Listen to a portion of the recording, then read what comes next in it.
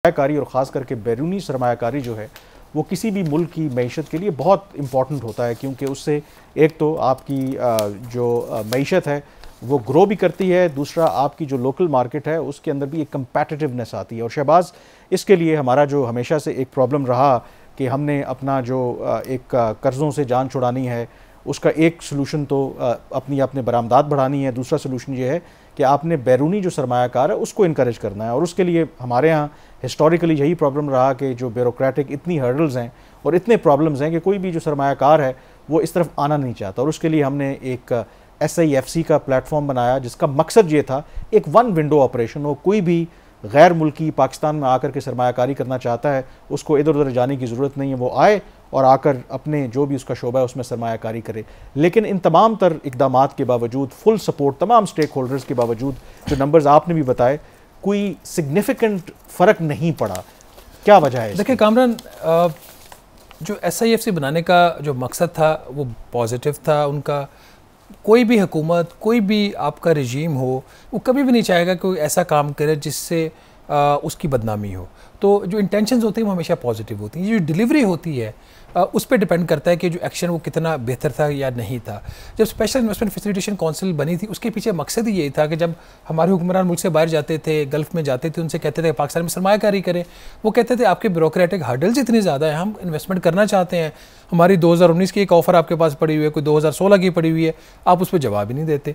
तो उसके जवाब में ये SIFC बनाई। अब SIFC जो था वो प्लेटफॉर्म था कि जितने भी जो मसले होंगे उसको इसी प्लेटफॉर्म पे हल किया जाएगा और जो इन्वेस्टर है उसको इनकरेज किया जाएगा।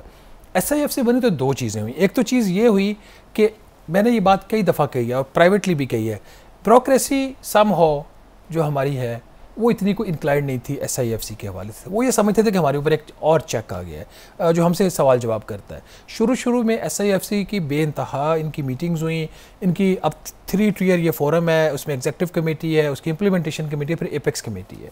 तो समहाउ उसको इंटरनल जो रेजिस्टेंस थी सिविलियन साइड से SIFC को आई, हालांकि ये जॉइंट बॉडी है। दूसरा जो इसको प्रॉब्लम आया SIFC से वो IMF की तरफ से आया। अब IMF जब पाकिस्तान आता था वो SIFC के ऊपर सेशन करता था।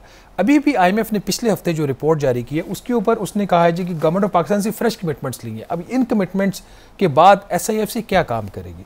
मैं एक उसकी जो रिपोर्ट है उसमें से नाज़रीन मैंने ये जुमला निकाला है ताकि जो सारा पर्सपेक्टिव है ना SIFC का इन्वेस्टमेंट ना लाने का वो क्लियर हो जाए। एक तरफ ब्यूरोक्रेसी का चैलेंज और दूसरी तरफ जो IMF का ऊपर एक उसका एक ऐसा चेक था जिसकी शायद इतनी ज़्यादा ज़रूरत नहीं थी। चूँकि SIFC के ऊपर जब तक IMF कमिटमेंट नहीं लेता था वो प्रोग्राम में टॉक्स को आगे नहीं बढ़ाता था। तो उसके जवाब में अभी जो रिपोर्ट रिलीज़ हुई है पिछले हफ्ते जिसकी बेस के ऊपर पाकिस्तान को $1 अरब की सेकंड लोन ट्रांच मिली है, उस रिपोर्ट के अंदर हमारी गवर्नमेंट की तरफ से IMF को क्या यकीन दहानी कराई गई है कि we commit to ensuring that the SIFC does not propose nor that the government provides regulatory spending और tax based incentives of any sort or any guaranteed returns or take any other action that could distort the investment landscape। अब SIFC जो है ना वो tax incentive दे सकती है गैर मुल्की सरमायाकारी लाने के लिए, ना कोई रेगुलेटरी चेंज वो कर सकती है, ना कोई और इंसेंटिव वो दे सकती है, ना गारंटेड मुनाफा दे सकती है। तो फिर फॉरेन इन्वेस्टर पाकिस्तान क्यों है, कोई और जगह पे जाएगा। तो एक ये मसला यहाँ पे। दूसरा कामरान जो मसला था वो पाकिस्तान सॉवरन वेल्थ फंड का था। वो हमने इसलिए बनाया कि जो स्टेट ओन्ड कंपनीज थी पाकिस्तान की उसके जो शेयर्स थे हम गल्फ़ को बेचेंगे और उससे जो पैसा आएगा अपना कर्जा उतारेंगे और उसका इस्तेमाल करेंगे। वहाँ पे भी सेम प्रॉब्लम वहाँ पे है। अब अगेन उसके जो कानून बनाया पाकिस्तान ने, अब IMF ने शर्त लगाई हुई है, पहले उसकी डेडलाइन थी दिसंबर 2024 के, आप दिसंबर 2024 को पाकिस्तान सॉवरन वेल्थ फंड का जो कानून है IMF की मंशा के मुताबिक उसको तब्दील करो। तो नाज़रीन दिसंबर 2024 की तो डेडलाइन नहीं हुई, 1.25 साल की एक्सटेंशन ले लिए, अब मार्च 2026 की डेडलाइन है। और इस डेडलाइन के मुताबिक और जो नया ड्राफ्ट अब एग्री हुआ IMF के साथ उसके मुताबिक जो पाकिस्तान सॉवरन वेल्थ फंड जिसका मकसद बाहर से इन्वेस्टमेंट लेके आना था उसका अब ऑब्जेक्टिव चेंज होगा, वो नैरो हो जाएगा to hold and manage state owned enterprises of Pakistan and to take care of the strategic commercial ventures. तो पॉलिसीज़ जब बनाई जाती हैं, इदारे बनाए जाते हैं, हुकूमत का मकसद जो होता है वो यही होता है कि मुल्क की इकॉनमी चले, सरमायाकारी आए, हमारा कर्ज़ों से हमारी जान छूटे।